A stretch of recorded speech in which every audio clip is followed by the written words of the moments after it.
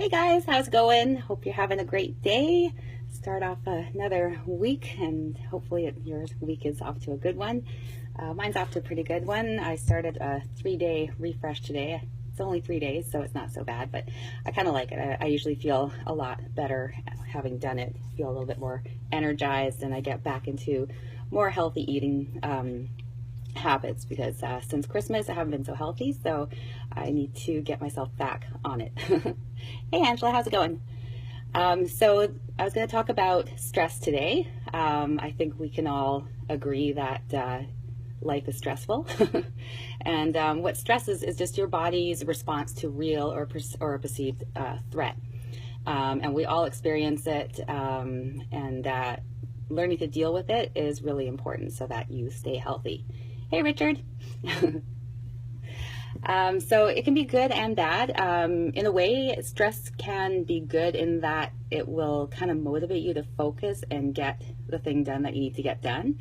So that can be a good part of it, but it becomes a problem when you just become completely overwhelmed and you're just stressed out all the time, and you're starting to notice physical things that are happening to you that aren't so great.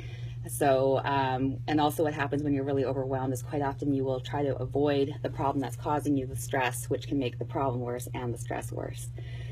So how does our body respond to stress? So when we experience stress, our body releases more of a hormone called cortisol. And cortisol at low levels, not a big deal, but once they become high levels, then that's when you start having problems. So it can make you crave unhealthy foods, for one thing. So maybe you've noticed this when you're stressed, you just seem to crave junk food. That's what happens when your cortisol levels are elevated. And unfortunately, when those levels are elevated, when you're bringing in those extra calories, most of them are actually stored as belly fat, which is the dangerous kind of fat. So cortisol can really wreak havoc on your health. So keeping that in check is really important. And it even actually interferes with your hormones that help regulate your appetite. So that's why you feel like you're hungrier and you're craving junk food and stuff like that. So what can we do to combat stress? How can we deal with this stress? Because there's always going to be stress, right? Good or bad, it's going to be there. Pretty much impossible to avoid stress altogether. So what can you do? One thing is identify your specific stress. So for instance, rather than saying, oh, my job just stresses me, I'm so stressed out about my job, maybe really think about what part of your job is stressing you out. Maybe it's a project that you took on and it's kind of beyond your skill set. Because once you identify the specific source of your stress, then you can take steps to deal with that. So for instance, if you took on that project that you're not quite ready for, you can either ask for some help, or you can learn the new skill set that you need to learn and get it done, and then that stress goes away. Not shocking, I'm going to recommend exercise. So even just 30 minutes a day of exercise can reduce your cortisol levels. So just 30 minutes, that's not long at all. Just think about your entire day, and just a 30-minute block that you need to set aside for working out can be all you need.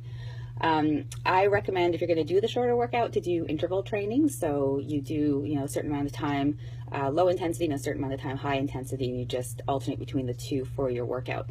You actually get bigger bang for your buck than if you were to just do steady exercise for that 30 minutes. So short workout, throw in some hard intervals. Make sure you get some help with that. If you're new to exercise or you're not sure about interval training, talk to somebody so they can put you on a good program where you're not going to injure yourself, because it can be tempting to go too hard too soon and then you're injured and then you're out of the game. So talk to somebody. You can always talk to me. I'm happy to help you out with that. And of course, eat well. So this gets particularly tough when you're stressed, because as I said, your higher cortisol levels will actually cause you to crave those higher calorie junk foods. So you got to make sure that you are fueling your body properly. So make sure you've got healthy foods in the house, such as vegetables, fruits, whole grains, lean protein, healthy fats. Have them on hand and eat them regularly. Don't wait until you're starving, because once you're starving, you'll probably go for some unhealthy choices, especially when your body and your brain is telling you to eat junk food. So have the good stuff around. Make sure you're eating it regularly. Don't let yourself get to that point where you're ravenous and then going for the junk food. And then getting enough sleep. So I've talked about this before, how important sleep is. Hey, Mike. Hi, Keith. How's it going, guys?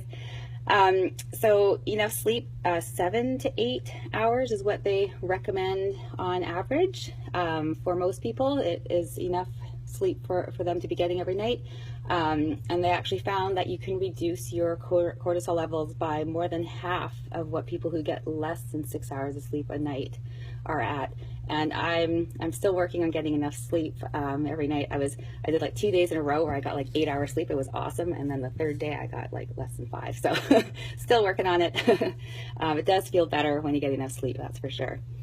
And then also really important to take time to relax every day. Hey, Stephane, how's it going? Some people think that if they take time to relax, they're going to be perceived as lazy, or they think that, relaxing is a waste of time, but it's actually a necessity. You need to have rest every day. You need to let your brain and your body just kind of rest and reset. So find something that you enjoy every day, even if it's just a short period, spend time doing that. So maybe it's jumping on Facebook and answering my question of the day. Maybe you enjoy doing that, and that's your relaxation time. So just something that gives you that bit of joy, bit of relaxation every day it's really important. Your mind has a profound effect on your body. So if you're always stressed out, you're always focused on things that are stressing you out, your body's going to suffer for it. So you need to let your mind have that time to just kind of let go of everything and just focus on something that you enjoy, something that's fun. So those are things that you can try. I recommend doing them all because they're all good. And I am working on getting enough sleep, so I still have to work on some of this stuff. But have a plan. So stress is going to pop up. Stress is just always there in our life. So start thinking about how you can deal with your stress. What's something that makes sense for you? Does exercise make sense for you? And if it does, what kind of exercise? So don't just say, okay, when I'm stressed, I'm going to exercise. Maybe get yourself on a program now doing something that you love, whether it's, going trail running or taking a spin class or doing a workout in your home, whatever it is. Start doing it now, make it part of your life. And then when the stress comes, you're already doing one thing that can help you deal with that stress. Having healthy foods on hand. So, if the junk is there, you're going to eat it. I know I do. Sometimes I'll have a craving for something. If it's not in the house, I'm not going to go out and get it. But if it's in the house, I'm going to eat it. So having healthy foods and making sure that you keep the unhealthy foods out. Getting yourself on a sleep schedule where you're getting, around 7 hours of sleep or more every night. Not too much though, because I think it's over 9 or 10 hours. You're actually doing yourself a bit of harm if you do that regularly. So 7 to 8 hours. Just have a schedule. As I had suggested before when I talked about sleep, if you're a night owl and you want to try to get to bed earlier, just go to bed like maybe 10-15 minutes earlier than you normally would every night. Like just very slowly introduce it, and then you'll get to a point where you're getting enough sleep every night without completely changing your whole routine too abruptly. Because when you change your routine really abruptly, quite often what happens is you don't stick with it because it's too much. So do it little steps at a time. And then talk to friends and family and involve them in your stress busting plans. So if you think that working out is going to be a great thing for you to do to help deal with your stress, then talk to a friend and have them be your workout buddy.